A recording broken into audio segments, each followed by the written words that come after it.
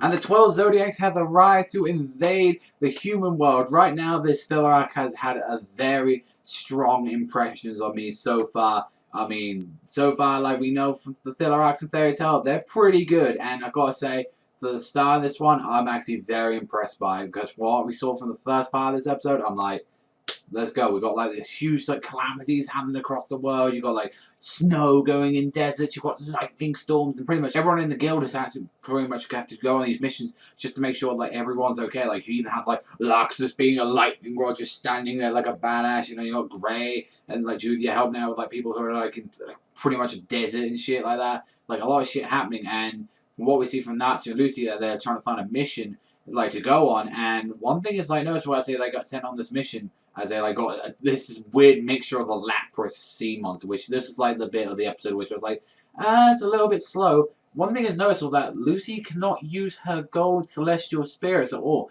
She's calling Virgo, nothing's happening. Aquarius, like her most loyal ones like Aquarius, Loki, you know, like Aries and all that, Virgo, none of them are answering to her. Like hell, Taurus want a bit of that action.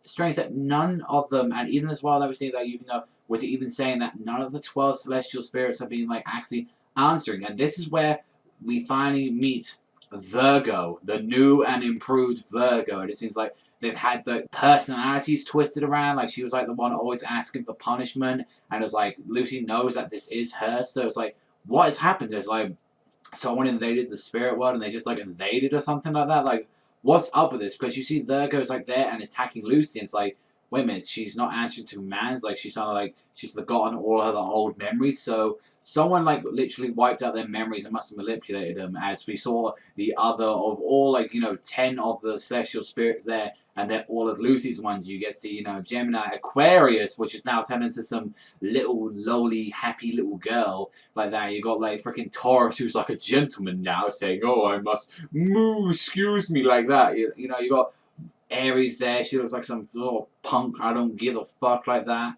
You know, you got a whole bunch of them like going there, and I've got to say the best one of them all, and the one that looks the pure sickest is Loki himself. You got to say Leo, the lion, and I was like, from what I first saw of this one, I thought he looked straight out like a gold saint from Saint Seiya. Like he's got this big golden armor, and he just looks fearsome, and he looks menacing, and I'm like, god damn, like they're so far, like these like celestial spirits just look intimidating, and they look awesome actually so far. When Natsu was actually having to throw down with Loki, and he's like, I've got to pay you back for like what you did last time, like that. Like having a little tie into last week's episode and all that, which I honestly thought was just pointless, mindless stuff like that. But it's like, no, these two were going in and having the fight like that, and it was like they actually had to retreat because Natsu getting hot-headed as he was, because Lucy was taking beatings from like pretty much Virgo. So what do you think they were going to do against 12 of them? It's like you couldn't do it. It's a good thing there was only like 10 of them just around, because if you had over 12 of them, nah, you're done. Like,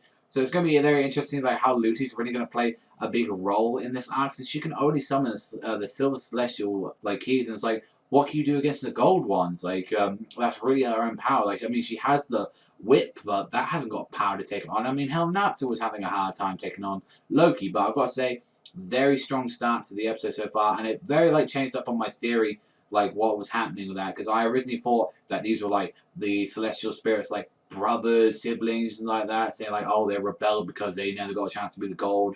So I'm actually like happy that they switch up, that this is actually the people that we know, and they like had this weird change up.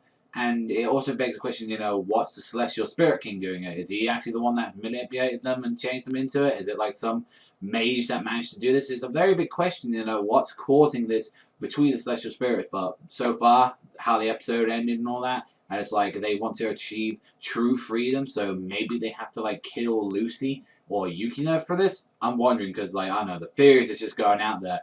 Honestly, so far, I think this stellar arc has actually had a very strong start, and I'm actually really enjoying it.